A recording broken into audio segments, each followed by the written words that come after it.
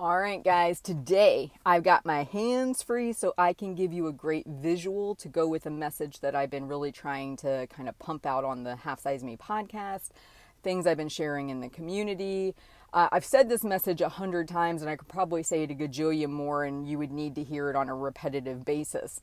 But I got an email yesterday. I covered this on, it was either episode 496 or 497 of the podcast. I got a great question in from a young lady, I think it was Donna, who had lost 60 pounds and she had reversed her A1C levels. She had gone from pre-diabetic to normal. She had gone from, I think it was like 290 something down to 230 something. She did a phenomenal job. But then she was doing what most women do, which is she was beating herself up because she's kind of been stuck at this new weight and she wants to get to 145.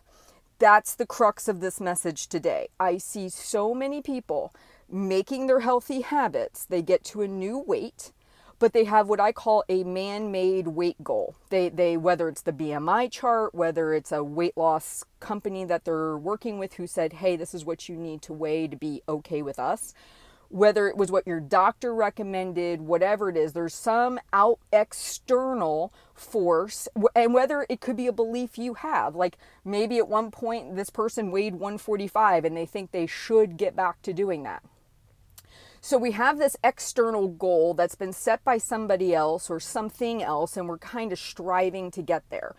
Why this is a problem across the board is for several factors. One, it's not allowing your behaviors and actions to dictate what is actually going to be long-term sustainable for you.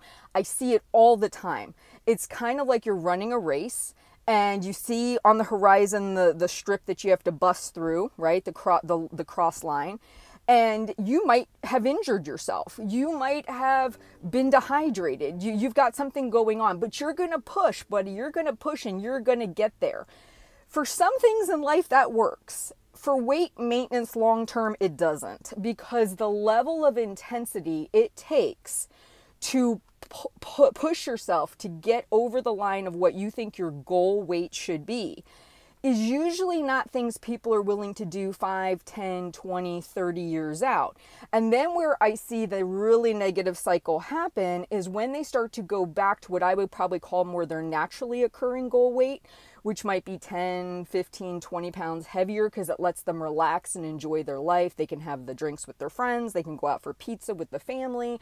They get to have cake at parties, right? They're not having to be as regimented. They feel like they failed at something. Like they started out, they were 100 plus pounds overweight. They got down to their man-made goal weight. And then over the course of 2-5 years or whatever the amount of time is, some weight comes back on.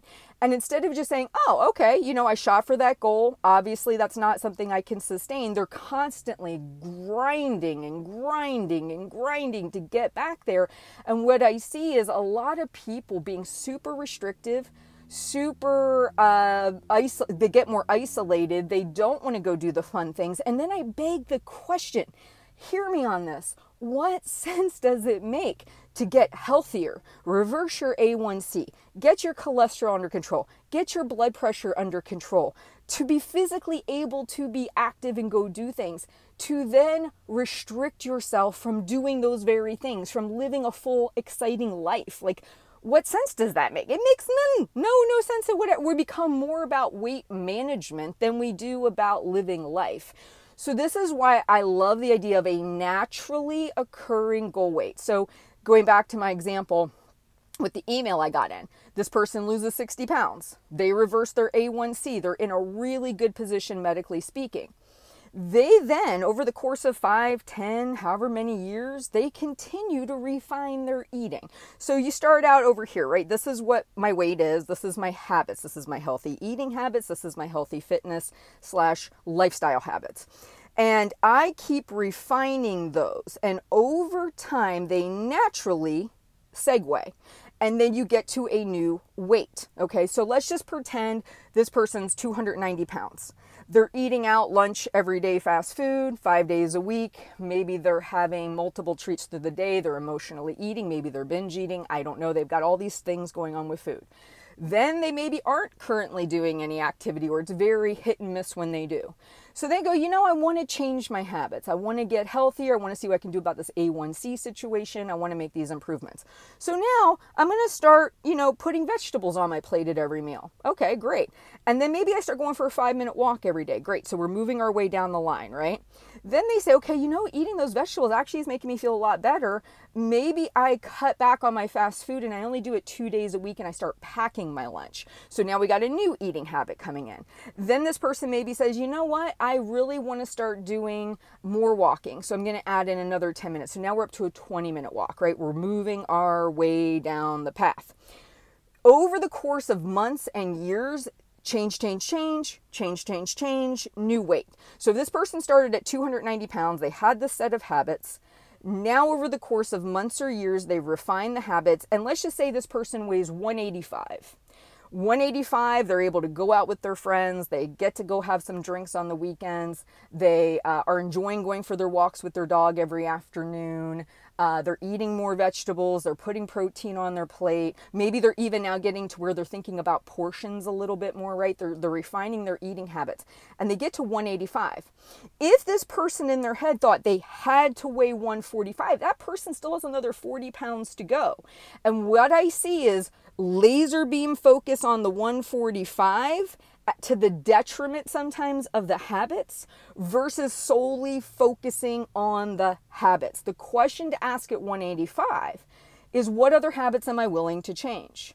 And if you're not willing to change any habits, then maybe your happy, healthy, maintainable weight is 185.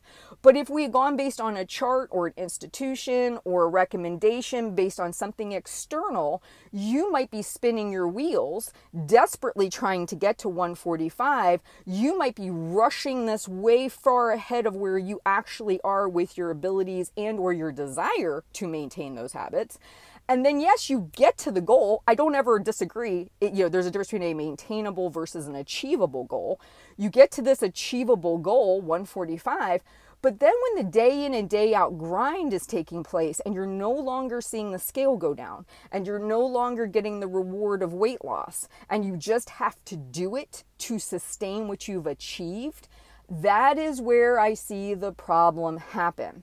So instead of going with a man-made weight goal, what if we were to put all that to the side and we said, okay, you know what? I'm hearing Heather.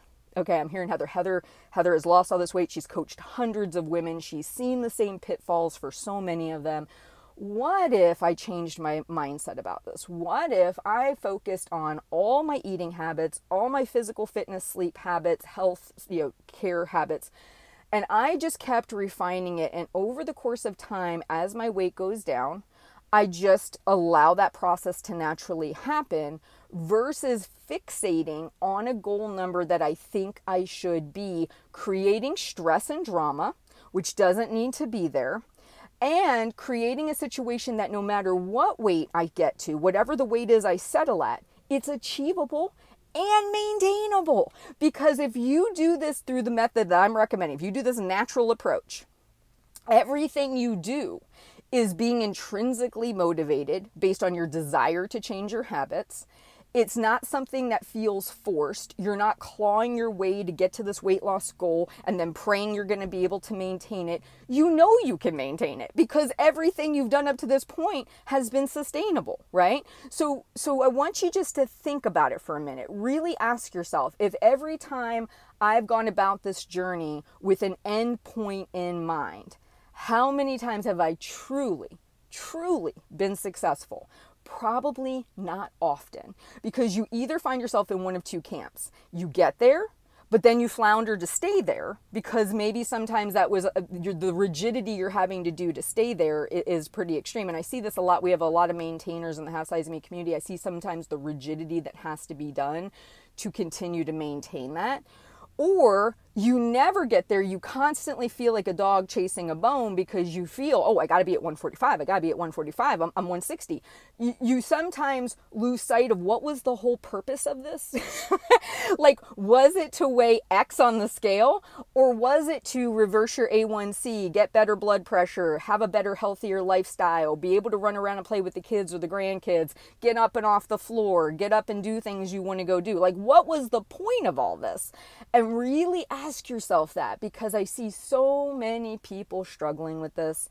And I really think if we could just pivot that one focus, you'll still achieve good outcomes just by focusing on the two hands. What am I willing to do with my food for the rest of my life? What am I willing to do with my fitness and healthy habits for the rest of my life? Really focus on those, and then you'll settle in at a healthier weight than you are now. It may not be a weight that you believe you should be, and maybe it is. I mean, I've met many people who have very realistic ideas of what that looks like.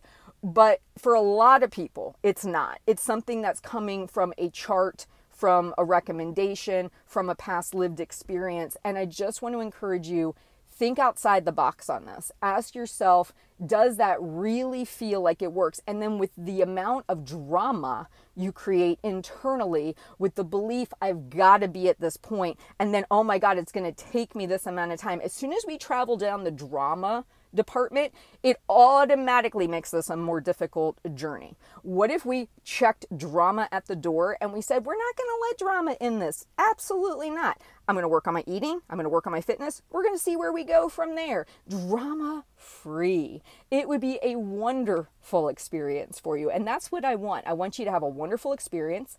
I want you to know whatever weight you get to is easily maintainable because you've been doing this more intrinsically motivated versus extrinsically. And I want you not to flounder when you get to maintenance, because that is the rest of your life. Think about it differently. You guys have a fantastic day. Please like and subscribe, and let me know how I can better serve you. I will talk to you soon.